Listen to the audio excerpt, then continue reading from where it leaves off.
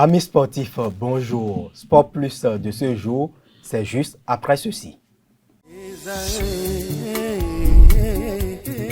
L'École supérieure d'administration, d'économie, de journalisme et des métiers de l'audiovisuel ESAE offre de nouveaux challenges pour l'année universitaire 2023-2024. Étudiantes et étudiants, parents d'élèves nouveaux bacheliers, ESAE, c'est la garantie d'une formation de qualité à des conditions très avantageuses. À Gbedjromede, à Kpakpa, à Boumekalavi et Parakou, inscrivez-vous en administration générale, administration du travail et de la sécurité sociale, trésor et finances publiques, impôts, diplomatie et relations internationales, journalisme et métiers de l'audiovisuel, gestion des marchés publics, planification et développement local, sciences économiques, sciences juridiques et toutes les filières des sciences de gestion. ESAE vous offre des bourses, demi-bourses et de réductions pour les premières inscriptions dans toutes ces filières. Waouh! En licence 1, 2 et 3 et en master, bénéficiez jusqu'à 50% de réduction sur tous nos sites. N'est-ce pas génial? Infoline. ESAE Gbedjromede, 3e rue à droite en quittant le carrefour Le Jador pour la BIBE Jéricho ou au plus 229 90 93 65 21 98 98 14 00 à Kpakpa au plus 229 52 88 33 33 à Boumekalavi au plus 229 52 88 44 44 Parakou au plus 229 52 46 12 12. ESAE, l'excellence à un nom. Bienvenue à toutes et à tous sur le rendez-vous hebdomadaire de l'actualité sportive sur ESAE TV. Le plateau est bien garni par les trophées remportés par les Guépards de la balle au tambourin à Marseille il y a quelques jours.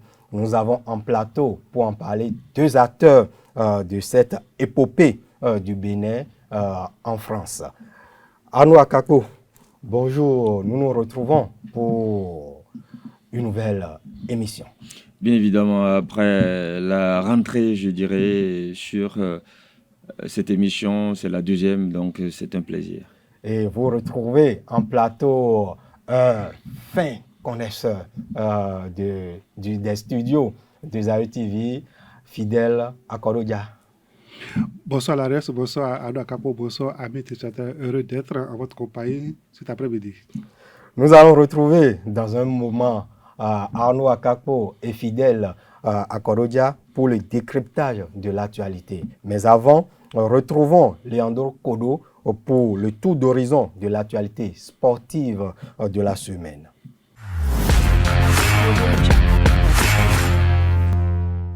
Bonjour Leandro Kodo. Bonjour Larios Adjagbenon. Le menu de l'actualité est bien fourni aujourd'hui. Tout à fait. Il y a pas mal de nouvelles dans l'actualité locale et africaine. Sans transition, vous démarrez. On démarre ce point de l'actualité par les journées FIFA. Selon le calendrier de l'instance mère du ballon rond, les divers championnats devraient observer à nouveau une pause ainsi du 9 au 17 octobre. Quelques affiches seront au programme. Dans le cas du Bénin, les Guépards devraient affronter le Madagascar au 17 octobre, bien avant. 4 jours avant, il s'agira d'un duel face au Botswana. Le sélectionneur national Gernot Rohr a publié depuis le 30 septembre une liste de 26 joueurs, 2 absences notoires, celle des 2 capitaines Stéphane Sessegnon et Abdelkader Adénon, et aussi un retour, celui de Sibio Soukou. Un nouveau visage à découvrir au sein des Guépards, la personne de Steve Warren Traoré. Ce dernier évolue en première division bulgare au Lokomotiv Sofia, actuel 13e sur les 15 clubs de l'élite. Il compte 6 matchs en ce début de saison, dont un but. Né d'une mère béninoise et d'un père ivoirien, Steve Warren Traoré a choisi de représenter le pays d'origine de sa mère. On lui souhaite une très très belle carrière au sein des Guépards. Les meilleurs acteurs du football féminin ont été récompensés au titre de la saison 2022-2023. À sa 2e édition, l'événement s'est déroulé ce samedi 30 septembre au centre communautaire et 12 trophées ont été décernés. Quelques impressions ont été recueillies par Larios Adjabélan. C'est compliqué d'être footballeuse au Bénin. En Afrique et au Bénin, c'est encore plus compliqué. Donc, je pense que si on célèbre ces Amazones, si on célèbre ces guerrières, ces femmes qui, malgré tout, décident d'embrasser cette voie, ça va donner l'envie à la nouvelle génération. Même si la génération peut-être des Amazones actuellement est en train de partir, la nouvelle génération, celles-là qui ont 15 ans aujourd'hui, 16 ans aujourd'hui, pourront beaucoup plus rehausser l'image du football féminin béninois. Ce soir, je suis un peu satisfaite parce que parmi les lauréates, il y a des parents qui sont venus parler. Ça m'a touchée aussi personnellement. Donc quand on va récompenser et que les parents viennent voir que non, quand ma fille sort, elle va pour un truc sérieux, franchement, ils vont accompagner. Et peut-être que les parents qui ont suivi le direct de l'événement ce soir vont beaucoup plus accompagner les jeunes filles à aller vers cette discipline parce qu'il y a de l'avenir. Franchement, c'est vous qui faites footeuse. On a l'idée, mais si derrière, les gens ne nous accompagnent pas, ne relèvent pas ce qu'on fait, on ne sera pas si populaire. Donc, merci beaucoup à tous. Merci aux footballeurs qui sont venus. Merci à tous ceux qui ont quitté. Il y a même des confrères qui ont quitté le Togo, il y a même d'autres qui ont quitté Parakou, des joueuses qui ont quitté très loin. Merci beaucoup à tout le monde d'avoir effectué le déplacement et nous allons essayer de faire mieux les éditions prochaines et on demande aussi aux autorités, aux partenaires d'accompagner beaucoup plus nos idées parce que l'objectif c'est de promouvoir le football féminin béninois. Parmi les lauréats, Merveille Zissou de Nadia FC, sacrée meilleure joueuse de la saison, qui s'installe à la place de Léa Fachina. Et quelques récipiendaires, dont Yolande Nyami, qui conserve son titre de meilleure buteuse. Nous allons écouter quelques récipiendaires au micro de Larios Adjabélan. Je suis contente d'être élue meilleure buteuse parce que c'est avec le travail que ça se fait. Et par le travail, j'ai pu atteindre mon objectif. D'abord, je remercie tous ceux-là qui nous soutiennent dans l'ombre. Il y a des gens qui nous appellent pour dire non, on n'abandonne pas parce que ce n'est pas facile. Être femme dans ce milieu, franchement, ce n'est pas du tout facile. On reçoit tellement de coups, des fois on se retrouve à la maison, on se demande pourquoi je fais tout ça. C'est pour gagner quoi finalement? Problème dans mon foyer, plein de trucs. Donc ce n'est pas du tout facile. Et je me vois devant un public et c'est grâce à Footeuse et grâce à Romance Vinankpon, j'ai pas les mots pour lui dire merci, pour lui montrer ce qu'elle est en train de faire. Nous, en notre temps, on n'avait pas fait. Il y a des anciennes footballeuses, il y a des gens qui avaient dans le passé vraiment aimé, mais qui n'avaient pas vraiment cette idée de nous promouvoir autrement. C'est une bonne initiative et on remercie la promotrice ou l'organisatrice de l'événement de ce soir. Nos sincères remerciements et on est fiers d'elle, on est fiers de ce qu'elle fait pour faire valoir le football féminin. Ce n'était pas permis à nos sœurs de faire le foot. Moi, je le lui ai permis. Je vous en prie, footballeuse, c'est payant. Allez-y. Toujours football et le report du démarrage de la Ligue Pro saison 2023-2024. La Fédération béninoise de football a évoqué les raisons de ce report. Précédemment annoncé pour le 30 septembre, le championnat pourrait retrouver ses droits au 21 octobre.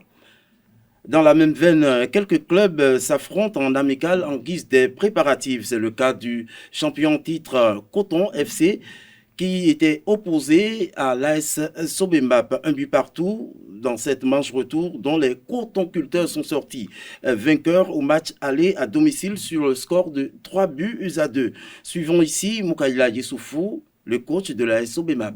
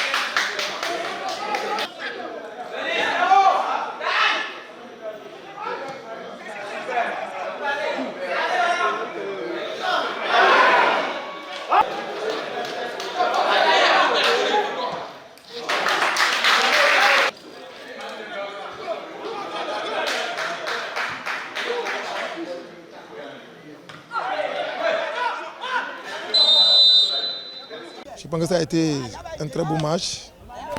C'était comme si c'est le championnat qui a démarré. Je pense que les deux équipes ont affiché de très bonnes choses, surtout sur le plan physique. Je pense qu'on est prêt, hein, parce que notre préparation a été faite en fonction de la date qui a été annoncée. Donc à ce jour, ça veut dire qu'on est prêt. Si on devait jouer aujourd'hui notre première journée, et c'est ça que vous venez de voir. C'est sur le plan physique, tactique, technique, et on était présents. Et malheureusement pour nous, il y avait l'équipe championne en face, que d'abord je respecte beaucoup. Bon, vous avez vu, les deux équipes pouvaient gagner le match. Bon, heureusement, mais malheureusement, on a fait match nul 1-1, un but partout. Je pense que ça a été un très bon match. Oui. Sur le continent africain, l'actualité nous entraîne vers les compétitions interclubs CAF. 16 équipes se sont qualifiées pour les phases de groupe Champions League Africa, puis 16 autres en Coupe de la CAF. Découvrons ensemble les tableaux complets des deux compétitions.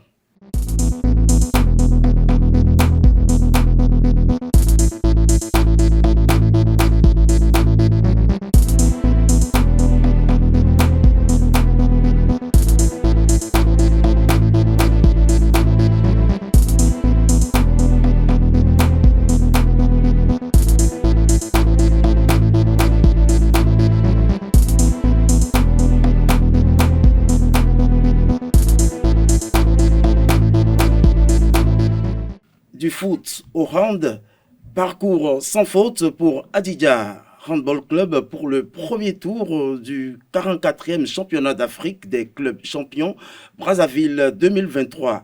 Ici le parcours et les performances du représentant béninois qualifié pour le second tour, soit les quarts de finale. Hadidja sera opposé à la JSK de la Côte d'Ivoire. En cyclisme, fin de la première étape du Grand Prix international Chantal Biya. Sur 109 km, le Bénin était bien présent à travers des cyclistes, ses athlètes Ricardo Sodiede à la 18e place, Rémi Soou qui se retrouve à la 42e. Ensuite viennent Glorad Saizonou avec 14,31 au chrono à la 56e place. Ezer Messan, Romuald Soudi, Emmanuel Ruito qui se sont suivis consécutivement. Au classement du meilleur jeune, Ricardo Sodiede figure dans la liste, ainsi que Romuald Soudi à la 18e et à la dernière place de ce classement. Par équipe, le Bénin tient toujours la queue avec 14,31 au chrono contre le Maroc à la première place pour 7,21. Et enfin, pour terminer, la balle au tambourin. Depuis le 22 septembre dernier, les championnats du monde des peines Mirabeau de jeux de balle au tambourin ont démarré et ont pris fin le dimanche 24 septembre. Au finish, le Bénin termine vice-champion de la série C. Une performance XXL pour une deuxième participation avec Ronel Abord, distingué meilleur joueur du tournoi. Eh bien, Larios Adjagbenon, voici le point de cette actualité sportive de cette semaine. Merci à vous, Leandro Kodo. Rendez-vous la semaine prochaine pour suivre le condensé de l'actualité sportive sur votre chaîne ESAE TV.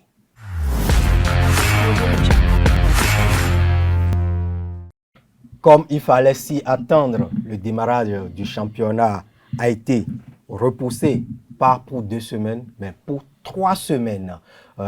Les footballeurs béninois vont reprendre le chemin des stades le 21 octobre prochain, a décidé la Fédération béninoise de football. Arnaud Akapo, les raisons évoquées dans la note circulaire de la Fédération vous convainquent?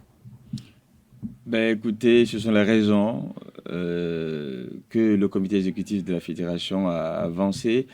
On les prend, on va les analyser au cas par cas parce qu'il y a 3 principales raisons qui sont évoquées par le comité exécutif, par le courrier du secrétaire général Claude Paqui. En tout cas, toutes les raisons n'arrivent pas à me convaincre. Et ces raisons-là n'ont pas effacé mes doutes et mes appréhensions sur cette façon de fonctionner là. Oui, sans transition, appréciez déjà la première raison évoquée par la Fédération béninoise de football. 11 clubs sur 36 sont aujourd'hui prêts pour la reprise de la saison?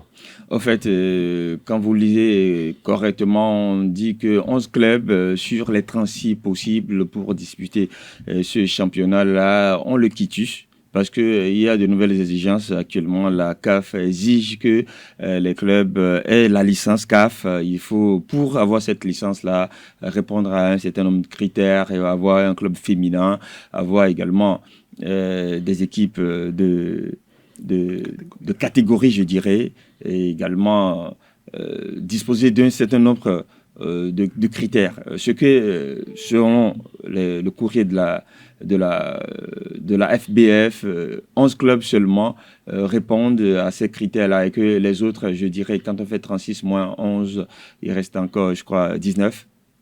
Oui, je ne sais pas, en mathématiques, je ne suis pas trop bon. Non, 25. Voilà, 25 et qui ne sont pas encore aux normes. Voilà, c'est la première raison. Je peux dire que cette raison, elle est indépendante de la volonté de la FBF, quoique on peut lui toujours reprocher certaines choses parce qu'elle est là pour garantir à ce que ces clubs-là soient à jour.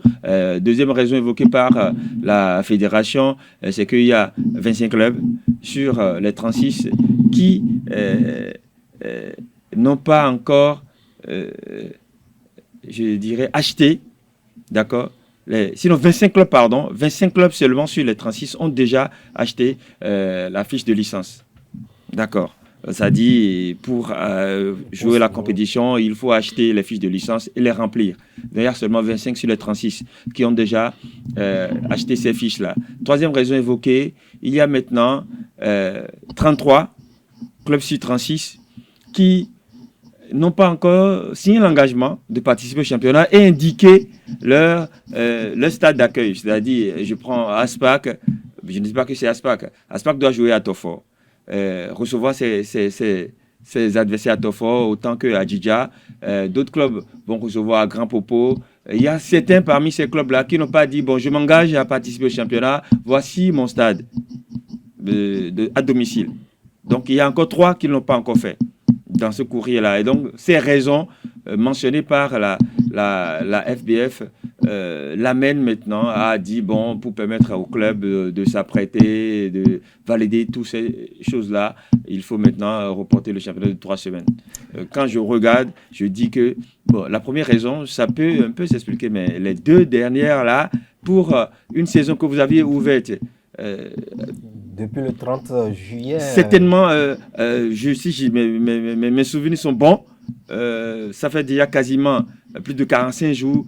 Les clubs ne se sont pas apprêtés, n'ont rien fait. Et c'est aujourd'hui que vous mentionnez. À la veille en plus, parce que le courrier est signé le 29 septembre. Vous imaginez, le courrier... À moins de 24 heures de la date prévue pour le démarrage de la saison. En tout cas, le courrier est signé et je l'ai vu le 29, à la veille.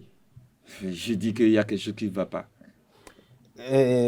Fidèle à Korodia, est-ce que cette situation récurrente ne donne pas raison à ceux qui disent ou qui qualifient souvent l'instance de gestion du football béninois d'être dans l'amateurisme notoire? Bien sûr, bien sûr. Et comme vous l'avez dit, c'est une situation récurrente. Ça veut dire que ce n'est pas la première fois que ça arrive. On est coutumé du fait. Et nous sommes dans un pays où, quand on finit le championnat, on ne sait même pas quand est-ce que le prochain va démarrer. Alors qu'en temps normal, partout, on sait déjà quand ça va commencer. Mais chez nous, on ne sait même pas. Et les gens commencent par jouer des matchs amicaux, des tournois de renforcement ou je ne sais quoi, durant tout le temps avant que le championnat reprenne. Et vous avez écouté les raisons évoquées par le secrétaire général de la Fédération béninoise de football pour reporter. C'est la même chose qu'on reprend chaque année. D'accord? On sait que la FIFA a toujours des exigences par rapport aux différents championnats. Ce n'est pas d'aujourd'hui qu'on sait que pour qu'une équipe s'engage dans un championnat, que ce soit en Afrique ou ailleurs, cette équipe doit, et ce club doit disposer d'une équipe féminine, des équipes de catégorie d'âge et consorts. Ce n'est pas d'aujourd'hui, ça date de Mathusalem, mais on ne le respecte jamais. Mais pourquoi encore évoquer ce cas-là dans le communiqué pour reporter? Maintenant, les clubs qui n'auraient pas acheté les cahiers de charges ou autres, écoutez, nous sommes dans un pays où tout se fait et de façon... Par connivence, par affinité. Par affinité, de façon bizarre, où bon, on se dit, c'est quand moi je suis prêt qu'on va démarrer. Est-ce que... C'est quand je suis prêt qu'on va démarrer. Donc on attend que ces personnes-là soient prêtes pour que le championnat démarre. Parce que, vu tout ce qu'on a évoqué là, moi, je ne sais pas si en 3 semaines, c'est qu'on pourra respecter ces exigences pour qu'on puisse véritablement commencer. Sinon, on va commenter les blèches, on va dire, bon, on va essayer de voir, on commence. L'année prochaine, les mêmes choses vont revenir. Arnaud Akakpo, la raison selon laquelle certains clubs n'ont pas encore annoncé à la FBF le stade d'accueil de leur match à domicile, est-ce qu'on peut comprendre ça alors que ces clubs, ces 36 clubs, sur les 36 clubs qui devraient prendre part normalement à cette Ligue Pro 2023-2024, c'est seulement 2 qui montent en élite, dans l'élite du football béninois. Oui, en fait, sur les 36 clubs, 33 ont déjà indiqué le stade d'accueil. Selon le courrier, donc il reste 3. Vous parliez des clubs qui sont montés, je peux parler de Abeille et de Étoile Filante. Voilà. Je ne sais pas si ces deux clubs-là font partie de ces 3 qui n'ont pas encore indiqué le stade de réception des matchs à domicile. Maintenant, je le disais, j'ai commencé par le dire tantôt, ce sont des raisons qui pour moi sont légères. En fait, c'est des excuses très légères. Qu'on ne saurait prendre au sérieux et prendre aussi l'organisation qui les avance au sérieux parce que c'est pas aujourd'hui que ces clubs-là sont montés. Ils sont montés il y a déjà des mois en arrière, pour ne pas dire au moins 2. Et donc, il fallait les sommer pour dire vous accueillez où Abeille, on sait à qui ça appartient. Abeille qui a joué, on sait où Abeille a joué, on sait que Abeille doit jouer dans telle zone depuis. En fait, si vous regardez un peu le format de cette compétition, de ce championnat-là, on sait à peu près où chacun peut jouer. Voilà, il faut aider même Abeille pour qu'il puisse trouver un stade. Aujourd'hui, il y en a 22. Il y a des clubs qui partagent deux clubs qui partagent une enceinte. Bah, je sais pas, ça devrait aller de soi.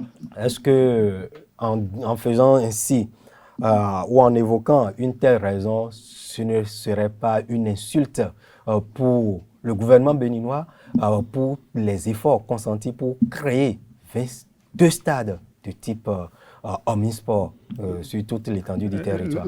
Je voudrais pas vous le faire dire, mais c'est un constat. On constate que même si ce n'est pas une réussite, c'est comme si le gouvernement est incapable de mettre à disposition de ces clubs des stades, ce qui n'est pas le cas. Quand on fait un pas en arrière, 5 ans en arrière, on sait comment ça se passe. Aujourd'hui, vous l'avez dit, nous avons 22 stades qui peuvent accueillir des matchs de grande facture. Et pourtant, on a le courage d'évoquer encore dans ce courrier que des clubs n'auraient pas mentionné des stades de réception de leur match à domicile. Moi, je ne comprends pas. Écoutez, moi, je trouve que, excusez-moi, c'est juste des raisons évoquées pour repousser un tout petit peu l'échéance. Vous allez voir, quand on sera là le 21, ces conditions ne seront pas remplies. On va encore repousser? Non, on ne va pas repousser, on va démarrer. D'accord? Comme d'habitude. Comme d'habitude. Les conditions ne seront pas respectées. Et puis, on va démarrer. On va dire, bon, advienne que pourra. Faisons d'abord, et l'année prochaine, on va encore revenir. Il y a des choses sur lesquelles on peut déjà établir, régler, nous faire plus de bon. Vous êtes un club. Vous aspirez à jouer dans l'élite. D'accord? Vous faites déjà des projections. Au cas où je serai en Ligue Pro, en Ligue, je vais. Vous faites déjà des projections. Ce n'est pas la veille. D'accord, de la compétition que vous allez commencer par tourner en rond pour dire sur quel stade je vais jouer. Non. Ça, c'est très minime comme raison. Je pense qu'on a juste évoqué ça là pour nous faire parler, nous reporters sportifs, nous journalistes. Sinon, en leur âme et conscience, ils savent ce qu'ils sont en train de faire. Nous n'allons pas leur faire ce plaisir de s'attarder sur ce problème récurrent, le démarrage ou non de la saison. On nous annonce une date de reprise de la saison, on repousse 2 fois avant que le ballon commence effectivement à rouler sur nos stades. Nous allons parler des choses plus gaies à présent. Le Bénin a terminé vice-champion du monde de la balle au tambourin. Arnaud Akakpo, avant que nous recevons ici le capitaine de l'équipe béninoise, un commentaire. Non, mais déjà, il faut dire que c'est à saluer la balle au tambourin ou le jeu de balle au tambourin pour être plus précis. Et c'est une discipline qui est venue au Bénin il n'y a pas longtemps.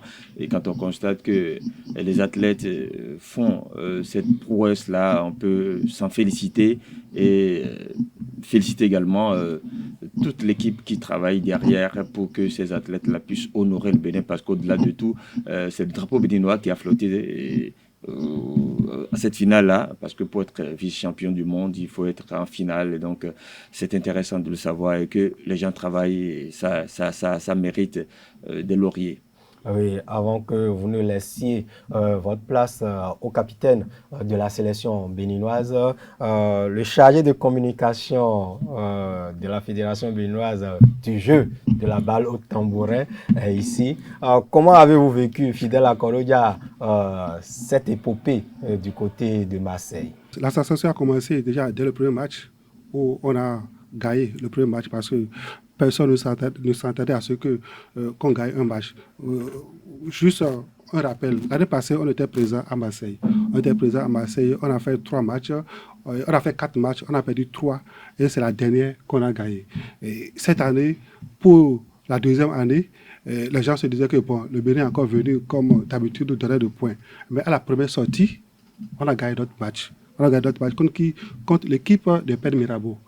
L'équipe qui fait sensation à Marseille. On a gagné et c'est là que les gens ont dit attention. Donc la sensation a commencé par là. Et le deuxième match s'est enchaîné contre Poussin, même chose, troisième match également. Et on est qualifié pour les demi-finales. Les demi-finales, c'est vrai, les gens disaient que bon, les Béninois, ils sont là, c'est un coup de chance. Mais c'est en demi-finale qu'on a battu notre adversaire 8-2, que les gens se sont dit attention, ces Béninois, ils sont venus en force. Donc, la sensation a commencé dès le premier match. Pour nous, Béninois, qui faisons cette expédition pour la deuxième année consécutive. Et l'un des acteurs qui vous a procuré cette sensation dès l'entame de la compétition est présent ici sur notre plateau. Bonjour, cher capitaine. Bonjour, monsieur le journaliste, et bonjour à tous les téléspectateurs. Oui, je pouvais vous présenter à nos chers amis internautes, mais je vous laisse le soin de le faire. Alors, je m'appelle Dofoué Armand, Dofoué Agoueti Armand, pour être précis, et je suis le capitaine de l'équipe nationale du Bénin du jeu de balle au tambourin. Ça a été difficile à Marseille pour remporter ces trophées qui sont devant moi? Bon, je ne vais pas dire difficile, mais on était armé de détermination et beaucoup d'envie, donc c'était beaucoup plus facile pour nous. C'était passionnant, je veux dire. Le chef Fidel Akorodia l'a dit tout à l'heure, votre chargé de communication, vous avez battu d'entrée l'équipe en vue dans cette compétition. Vous êtes appuyé sur quoi pour atteindre votre objectif, pour remporter ces coupes? Donc déjà, l'année dernière, comme l'a dit M. Fidel tout à l'heure, l'année dernière, on était 7e de notre catégorie, la série C. Donc, on avait vraiment envie de d'hausser le niveau puisqu'on a travaillé et de montrer qu'on a progressé aussi. Cette année, on est allé avec 2 équipes, l'équipe 1 et l'équipe B du Bénin. Donc, lors de notre premier match, le premier match de l'équipe 1, on avait vraiment envie de gagner pour bien s'illustrer dans le tournoi, pour bien démarrer le tournoi. On avait envie de gagner et je crois que ça nous a beaucoup aidé déjà qu'on a travaillé et qu'on attendait déjà le tournoi. Oui, vous travaillez. Et la finale, qu'est-ce qui vous a manqué en temps pour rapporter le plus gros des trophées? Voilà, pour la finale, déjà, on a rencontré une équipe déjà très expérimentée, mais que l'équipe B du Bénin avait déjà battu dans les matchs de poule. Donc, l'équipe était quand même prenable. Ce qui a le plus joué sur nous, je crois que c'était le changement de terrain. On a joué sur un autre terrain pour la finale, un terrain goudronné qu'on ne maîtrise pas vraiment. Donc, c'était vraiment compliqué pour nous. Et on a fait de notre mieux, on a joué, mais malheureusement, on n'a pas remporté le trophée, ce qu'on aurait pu aimer faire. Oui, grâce à cette performance de vice-champion du monde, le Bénin accède à la série B. On dit souvent que atteindre le sommet est plus facile, mais travailler pour y rester est compliqué et difficile. Comment comptez-vous préparer le maintien du Bénin déjà en série B avant de nourrir l'ambition d'accéder à la série A, la série des élites? D'abord, je vais dire bravo à nous, puisqu'on a réussi à être en série B. Là, maintenant, le plus dur va commencer, comme vous l'avez dit. Il faut déjà commencer à travailler. On a eu la chance de regarder les équipes de la série B jouer. On sait comment ça joue, on sait que ça joue beaucoup et qu'il faut beaucoup travailler. On n'a pas peur. Il faut travailler. Puisqu'on est déjà dans la série B, il faut travailler et affronter ces équipes-là. Donc, on est prêt, on va pouvoir travailler et on va prendre les matchs comme les matchs viennent. Vous n'allez pas partir de ce plateau sans montrer à nos chers amis internautes fidèles, téléspectateurs de l'émission Sport Plus, comment on pratique le jeu de la balle au tambourin. Alors, je suis venu sur le plateau avec le matériel tambourin que vous voyez là. C'est ça le matériel tambourin. Là, c'est le tambourin de la 26e édition, vous voyez, Ben Mirabeau 2023 mondial. Donc, c'est le matériel tambourin qu'on utilise. Normalement, il y a, je n'ai pas amené de poignée, mais il y a la poignée qu'on met ici, on met la main dedans, qui permet de bien garder le tambourin. Là, c'est la balle dure pour jouer à l'extérieur. On appelle ça balle dure, c'est en caoutchouc, vous pouvez toucher, c'est vraiment dur. Parce qu'à l'extérieur, c'est un terrain de 80 mètres de longueur sur 20 mètres de large. Et en salle, on joue avec cette balle, qui est la balle dépressurisée, ou les tennis balls pour jouer en salle parce que ça va moins vite, vous pouvez le toucher. Alors, avec la poignée, vous gardez le tambourin comme ça. Bon, je suis droitier, alors je vais vous montrer avec ma main principale. Vous gardez le tambourin là, comme ça, vous mettez bien, vous serrez avec votre poignet. Et là, dès que vous envoyez quand vous envoie la balle, vous écartez les bras comme ça et vous pouvez jouer là, comme ça, sans tordre le bras, bien sûr, pour donner plus d'élan à la balle et pour bien jouer. Ce qu'il faut réussir à faire, c'est qu'il faut réussir à centrer la balle sur le tambourin pour donner plus de précision à votre balle. L'effet, vous pouvez mettre des faits si vous maîtrisez après votre... Comment un match est remporté? Bon, les points sont décomptés un peu comme au tennis, de 15, 30 à 45. Et dès que les deux équipes sont à 45-45, il y a une balle qui est remise en jeu pour que l'équipe qui va remporter le point, prenne le point général parce que c'est compté de 1 à 3. Et à 3, il faut permettre les camps, il faut changer à chaque fois. Fidèle à Korodia, cette nouvelle discipline au Bénin, vous pouvez nous parler un peu de son historique.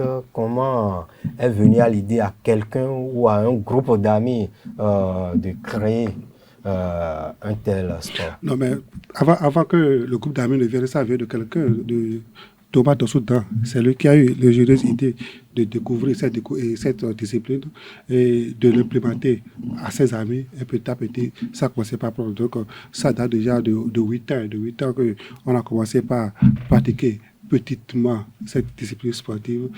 Quand les gens voient les tabourets, ils disent bon, ceux-là, ils sont en train de s'amuser, c'est quoi encore ça là? Parce que quand on voit le tabouret, c'est comme ça n'a l'air de rien, mais ça fait des effets impossibles.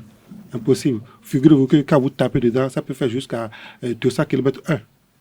200 km/h. Vous imaginez 200 km/h. Donc, ça n'a l'air de rien, mais ça fait son effet. Donc, c'est comme ça que ça a commencé petitement. Et puis, les garçons ont commencé par s'y habituer petit à petit. Et on était annoncé pour plusieurs compétitions sur le plan international. Faute de moyens, on n'a pas pu. Mais déjà, à partir de l'année passée, on a commencé par participer petit à petit aux compétitions. Et voilà, nous en sommes. Il faut dire que déjà, en février passé, on était de l'autre côté de l'Italie pour la Coupe du Monde de cette même discipline en salle. Parce qu'il a parlé de salle et de dehors. C'est au dehors qu'on fait avec le ballon dur, le tennis dur. Et c'est à l'intérieur qu'on fait avec le tennis dépressuré.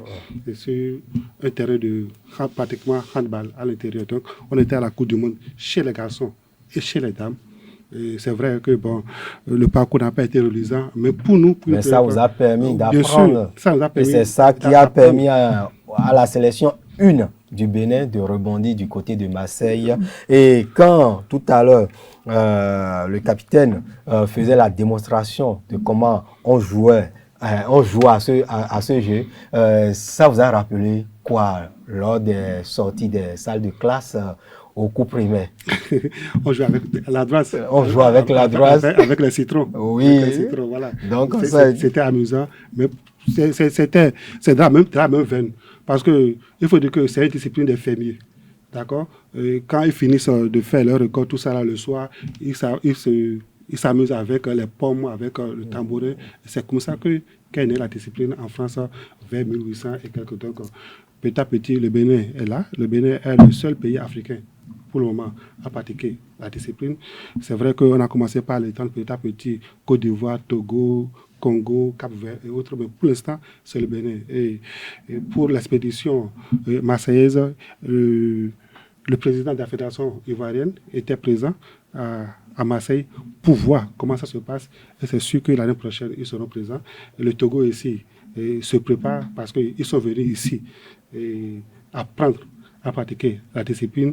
Et je vous assure que de l'autre côté de Lomé, puisqu'on était passé par là-bas pour leur remettre le matériel, ils ont également envie de commencer par pratiquer. Donc bientôt, on aura une Coupe d'Afrique, pourquoi pas, de cette discipline pour véritablement lancer l'Afrique dans cette compétition.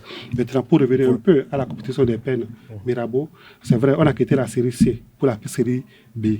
Mais dites-vous qu'on ne va plus jamais revenir en série C.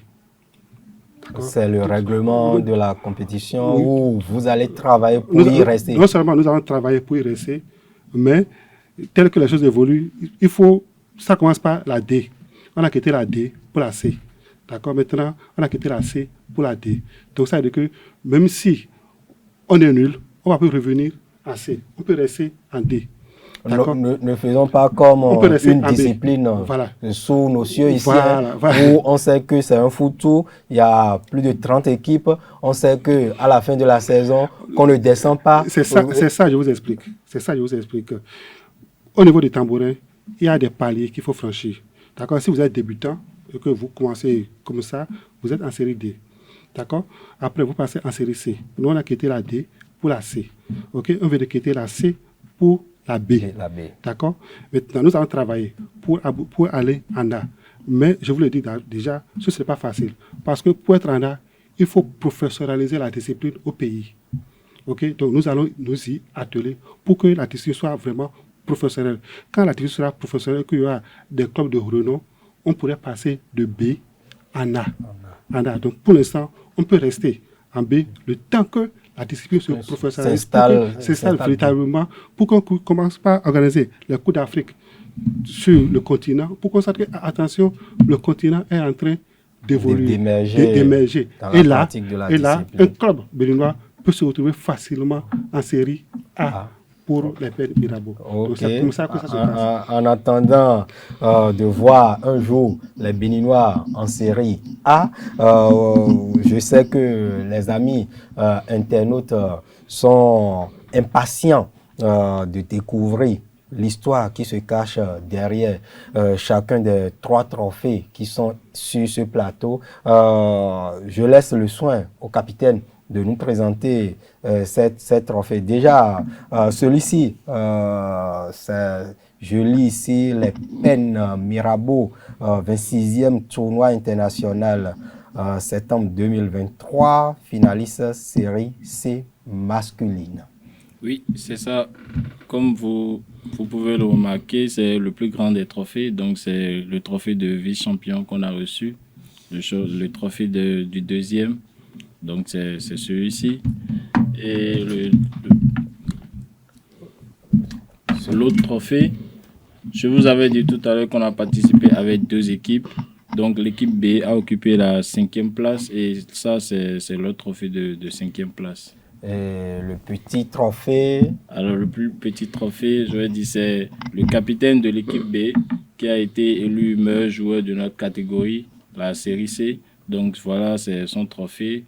Et je profite pour lui dire toutes mes félicitations à lui parce qu'il a vraiment mouillé le maillot. Il a fait il a fait de grands matchs et voilà, c'est son trophée de meilleur joueur de la série. Moi, je dirais, pour conclure, félicitations à toute l'équipe et aux responsables de la Fédération béninoise de la balle au tambourin. Vous voulez placer un mot? Oui, juste pour compléter, pour dire que Ronel, le capitaine de l'équipe B, a reçu le trophée du meilleur joueur. Mais l'année passée, il a déjà reçu le battoir.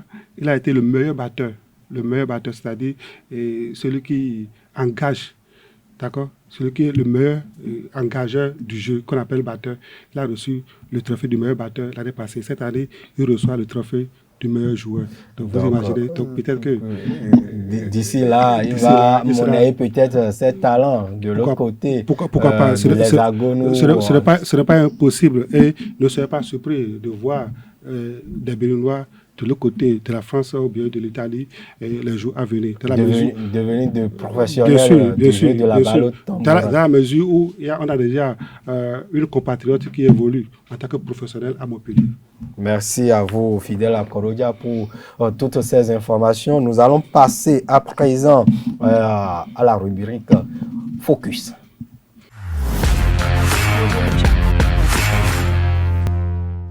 Retour en plateau pour parler à présent de la 7e édition des trophées JP Sport meilleur personnage sportif de l'année 2023.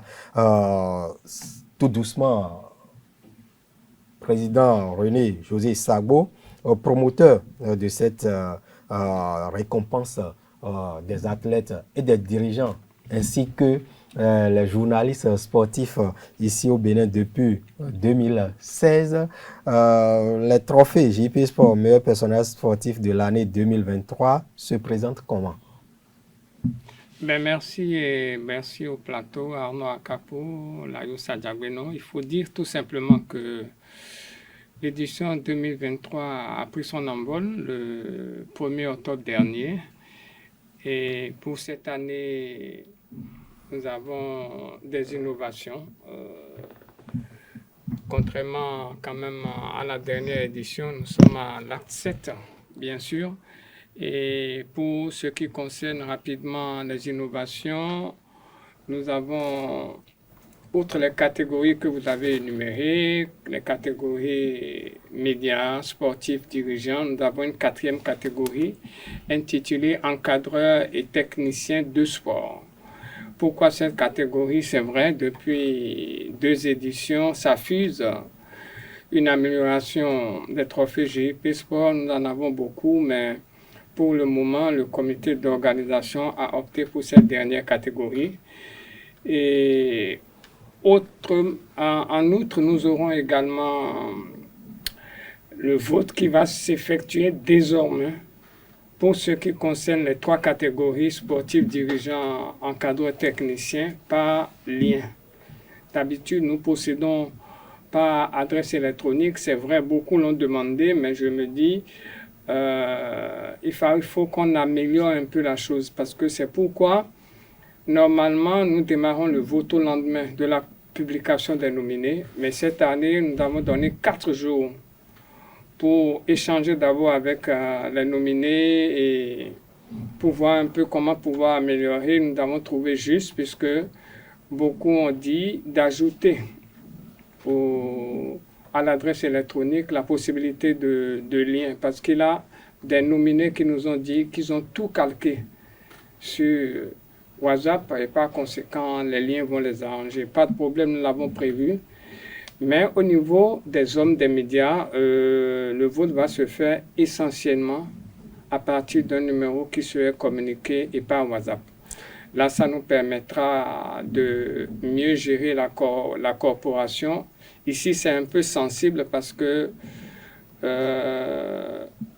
nous voulons bien suivre un peu les choses de ce côté. Déjà, au niveau de l'étape de la nomination, ça n'a pas été facile parce que nous avons beaucoup de prétendants pour quand même 12 places. Ça a été très, très, très difficile et bien, finalement, on a pu dégager une douzaine. C'est vrai qu'il y a beaucoup d'autres vraiment méritants Et dans ce cadre, nous avons prévu des distinctions spéciales qui vont s'ajouter aux trophées spéciaux.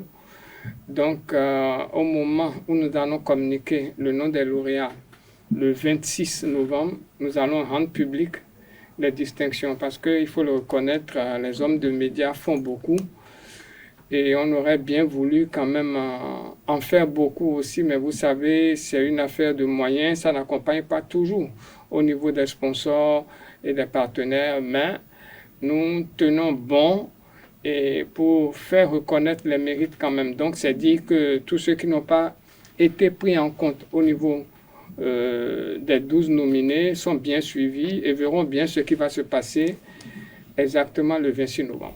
Oui, les reporters, journalistes sportifs occupent une place plutôt de choix sur cette 7e édition des trophées JP Sport. On voit sur le tableau des nominés René Soglo de Fraternité FM de Parakou, Alfred Adjomabossou du Coin Info. On a également notre confrère Touné Aliou de Diman TV Radio de Parakou, celui-là qui se charge souvent de commenter les matchs du championnat national de football. Il y a également Evra Djissou qui est bien présent, mais nous avons également une collègue et non une consoeur qui est présente ici et c'est toute notre fierté. C'est la seule journaliste sportive nominée pour la 7e édition des trophées JP Sport. Il s'agit de Inès Colombo Oussou qui est un peu fragile ces derniers jours. On lui souhaite prompt rétablissement. Arnaud Akapo, après 6 éditions, les trophées JP Sport s'intéressent de plus en plus aux journalistes sportifs. Nous ne serons plus des cordonniers mal chaussés.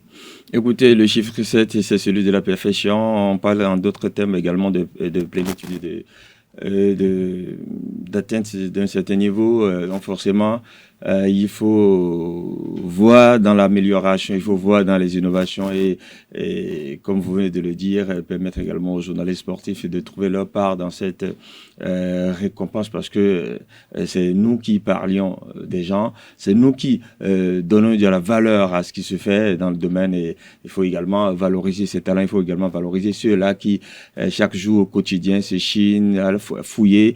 Le journalisme ce n'est pas que venir s'asseoir, parler, prendre une plume et commencer par écrire, c'est du travail derrière. Beaucoup ne savent pas ça, des règles.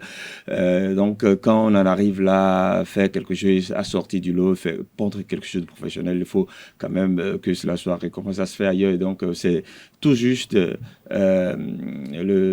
bien que JP Sport ramène les journalistes, je peux le dire, c'est un griffe à leur place dans cette distinction-là. Et je ne saurais terminer mon propos sans féliciter Inès Oussou, qui, ma foi, a énormément progressé dans le game, comme on le dit. Elle a vraiment progressé quand on la voit à ce niveau-là, être distinguée, en tout cas nominée pour le moment. J'aurais même préféré qu'elle ait une catégorie à elle toute seule et pour pouvoir l'emporter parce que, ben oui, elle fait un travail de qualité qui est à saluer, même si la perfection n'est pas de ce monde, et franchement, quoi. En tout cas, elle se détache du lot. On peut dire qu'elle a su l'héritage laissé par la dada nationale Constance Meffon. Vous parlez d'une époque, Constance Meffon, dans le lot, elle sort totalement du lot. Et donc, c'est vrai, comparaison n'est pas raison, mais attention. Si on la titille. Si on la titille, elle travaille, elle peut quand même arriver à faire quelque chose. Comme Constance Meffon, dont l'étendue, l'immensité. Je voudrais juste rappeler à Diagbeno, elles sont plutôt deux parce que nous avons la deuxième consoeur aussi. Tolo Vinance. Vinapon, Romance Vinapon de fouteuse. 229. Africa, plus Madame Football féminin, on peut le dire. Non, il faut simplement dire que beaucoup travaillent. Et au niveau du comité d'organisation, je voudrais insister, nous avons très tôt décidé de ne pas associer à une certaine étape ceux qui s'occupent des communicateurs. Parce que nous allons les rattraper au niveau des distinctions spéciales. Nous avons voulu prendre des purs journalistes, essayer de voir un peu ce que c'est. C'est pourquoi je voudrais revenir dessus. Il y a des gens qui font énormément du travail. Mais sur conseil de certains, vous avez par exemple M. Kaminasso depuis la Guinée. Beaucoup à l'étranger que nous avons consultés, mais qui ont dit, bon, prenez des hommes de médias de terrain parce que la communication se démarque un peu du journalisme. Bon, on aurait pu le faire, mais nous allons rattraper cela au niveau des distinctions spéciales. Deuxième chose, vous allez constater cette année, le comité s'est un peu battu. Nous sommes sortis un peu de Cotonou, comme d'habitude, parce que vous vous retrouvez avec 5 de Cotonou, 5 du Septentrion, dont Parakou Banikwara, 1 au niveau de Posotomé. Nous sommes allés également du côté de Djougou, Natitengu, mais vous savez, nous avons eu une quarantaine d'hommes de médias qui ne se connaissent pas, que nous avons consultés, qui nous ont fait des propositions, mars, juin, août, et c'est le résultat que vous avez là. Mais il a eu des propositions disparates, mais ce sont les zones qui se sont retrouvées, Banikwara, Parakou, Cotonou, Posotomé, où nous avons décidé, bien que le comité d'organisation ait son mot à dire à 40%, pour 60% pour les autres, nous avons décidé de laisser carrément passer le choix du panel de la quarantaine. Voilà. Et nous allons découvrir avec vous les autres nominés pour le compte de cette 7e édition des trophées JP Sport dans la catégorie encadreurs et techniciens ainsi que les athlètes et dirigeants. Bon, dans la catégorie encadreur et technicien, vous avez Aimé Sebio, entraîneur de handball. Vous avez Serge Mathieu Dako, entraîneur principal de Adidja Handball Club, actuellement même en Guinée et au Congo-Brazzaville. Ils sont en quart de finale. Vous avez le doyen Guy Tronou, directeur technique de la Fédération de pétanque et entraîneur. Vous avez Gilles Kouamo, coach de Elan Coton Basketball Club. Mathias Teguedon, sélectionneur U20. Vous avez Dosoumou Hervé, directeur technique de la Fédération de Tchoukbal. Honoré Gounadon, coach de natation au niveau de la Fédération béninoise de natation. Vous avez Salek Tabé Youri, il est coach de Queen Basketball Club. Vous avez Frédéric Humponou, entraîneur de Sam Nelly, équipe championne, et bien sûr Thomas Odinou, directeur technique national de la Fédération béninoise de Tialak. Voilà les 10 qui sont retenus à ce niveau. Enchaînons en même temps avec la catégorie des sportifs. Alors au niveau des sportifs, vous avez Gloria Nanaoum. Elle est championne de tennis actuellement aux États-Unis. François Javier Adjovi, champion du monde de Scrabble classique. Vous avez Marcel Bétablé, pétanqueur, champion du monde. Vous avez Ricardo Sodjede, qui est cycliste béninois international.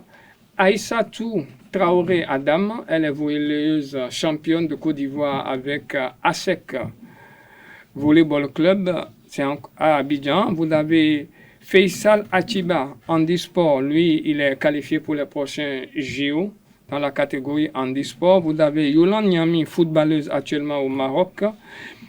Ami Adou, c'est un pongiste, lui, tennis de table. Vous avez Ola Etan Junior, footballeur, écureuil. Et enfin, Laïma Sambo, qui est championne du monde avec Marcel Bétablé. En doublette Miss lors des 50e championnat du monde de pétanque.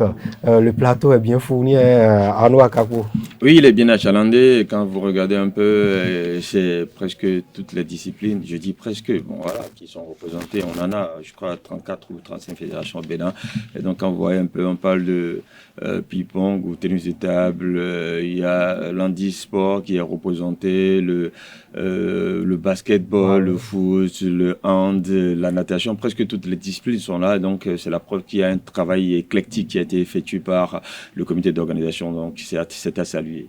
Nous allons terminer avec la liste des nominés au niveau de la catégorie dirigeants sportifs. Bon, au niveau de la catégorie dirigeant, vous avez bien sûr Germain Wambo-Egbert, il est entraîneur de Espoir Football Club. Président de Espoir Football Club, ça c'est au niveau de la DE féminine. Vous avez BT Roxero, président de la Fédération béninoise de Tchoukbol. Razme Romuad, président de la Fédération béninoise de cyclisme. Ouroubare Abdel Rahman, président de la Fédération béninoise d'handisport. Ali Yaro Sourakatou, président de la Fédération béninoise de volleyball. Karimou Sidikou, président de la Fédération béninoise de handball. Tamou Bio Sarako, il est président de Banigansé Football Club, c'est la Ligue Pro. Nazif Kabongo, président de l'Académie Kabongo Sport de Parakou et de Kandi. Vous avez Laganfin Amos, président de la fondation Amos Laganfin. Il vient de faire sa montée en division d'élite, champion de la D2. Et enfin, vous avez Garba Yaya, président de la Fédération béninoise de pétanque. Je vois que vous acquiescez, donc vous êtes pleinement retrouvé dans cette liste des nominés dans cette catégorie. Et je pourrais même parler comme dans la rue, hein, je serais du Tao, parce que quand vous voyez un peu le panel là, attention, j'envisage déjà un vote très serré. Je ne sais pas qui va arriver à s'en sortir parce que Sidikou Karimou, à la tête du handball béninois, a fait un travail énorme depuis qu'il est venu. Le volleyball est en train de prendre une autre dimension. Le cyclisme, n'en parlons plus, c'est un autre niveau. Actuellement, il doit être en train de disputer le prix Chantal Bia. Participer au Chantal Bia. Qui a démarré aujourd'hui. Voilà, les cyclistes sont presque sur toutes les compétitions. Vous imaginez, il y a un travail qui se fait. Au Banigansé, son club est passé de la 3e division en Super League Pro, ce n'est pas rien parce que vous êtes dans une zone où il y a vous tapez les pantins de Djougou, vous marchez sur Béké de Bemberek. Oui, vous marchez sur Béké, vous battez à plat de couture Dynamo de Parakou pour vous retrouver en Ligue Pro, pas avec des résultats. Je crois qu'ils ont terminé 9e, ce n'est pas rien. Ce que fait et c'est la première expérience. Participation Donc, dans l'élite. Voilà, c'est énorme ce qu'ils vont faire. On ne va pas revenir sur tous les dirigeants. Bon, le reste, oui, je connais également quelques palmarès, mais écoutez, ce sera très serré. En tout cas, je l'envisage et c'est énorme. Voilà, c'est que le panel est bien. On sait qu'il y a un travail qui a été fait. Les trophées JP Sport ont atteint ainsi la maturité, pourrait-on dire, Arnaud Akapo. Et nous allons demander aux promoteurs de cette récompense, quelle est la période d'observation de ces acteurs du mouvement sportif béninois nominés? Bon, disons que la liste des nominés a été communiquée le 1er, mais nous démarrons les votes le vendredi 6 octobre prochain à 0h. Donc, ils ont eu 4 jours pour pouvoir observer, prendre connaissance, parce que nous avons beaucoup communiqué à l'endroit de tous les nominés. C'est vrai qu'il y a certains que nous n'avons pas encore pu avoir, mais avec l'aide des présidents de fédération, c'est le cas de Aïssatou, qui est actuellement à la SEC. Je remercie Ali Yahou qui nous aide énormément à ce niveau pour pouvoir nous mettre en contact avec elle.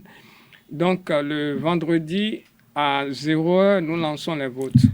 Le lien serait envoyé déjà jeudi soir à tous les nominés et partout pour que tout le monde soit fixé. Ensuite, le 15, nous donnons 10 jours le 15 à 23h59, nous bouclons définitivement les votes pour l'édition 2023. Le 5 novembre, nous allons communiquer dans chaque catégorie la shortlist de 3 nominés. Et a priori, ces 3 sont retenus pour être récompensés conformément au règlement. Ça, c'est clair, c'est net. Et le 26 novembre, nous communiquons officiellement la liste des lauréats, la liste des distinctions, la liste des trophées spéciaux, la liste des titulaires pour les attestations de mérite et ceux pour les attestations de reconnaissance. Voilà. Mais il faut rappeler que les trophées JP Sport s'ouvrent chaque année du 1er janvier au 30 septembre de l'année en cours, si je ne me trompe. Exactement. Donc, la période où on suit vraiment tous ces acteurs, c'est du 1er janvier au 30 septembre, strictement. Donc, dans cette période, nous suivons tout ce qui est commission mise en place, suit déjà les athlètes. Maintenant, dans cette période, vous avez déjà en avril un premier point qui se fait où tous ceux qui observent déposent au comité d'organisation. On fait la synthèse. À cette étape, il faut rappeler que d'autres s'ajoutent. Et ça, c'est laissé à l'appréciation du comité d'organisation.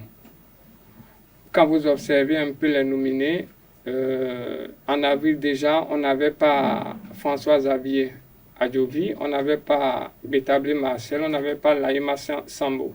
Et aujourd'hui, le critère de base au niveau des sportifs et partout, c'est la performance. A priori, pour avoir été champion du monde, ça a sauté à l'œil nu au niveau du comité d'organisation d'office. Ils étaient déjà nominés, quel que soit Alpha. Donc, ces nominations sont venues pratiquement en août-septembre. Ça, c'est indélébile à ce niveau. Donc, voilà un peu comment ça fonctionne.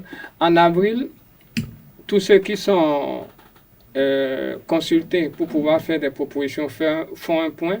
On fait la synthèse.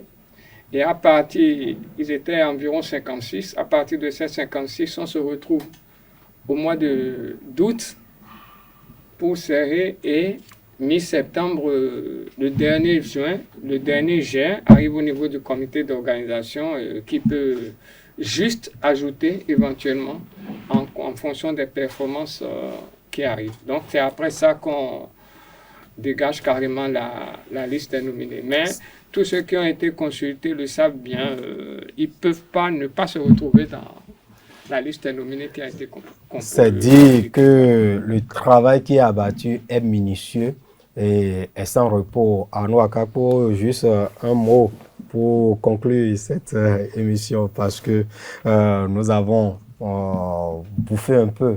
Non, il faut dire que c'est un plaisir de partager le plateau.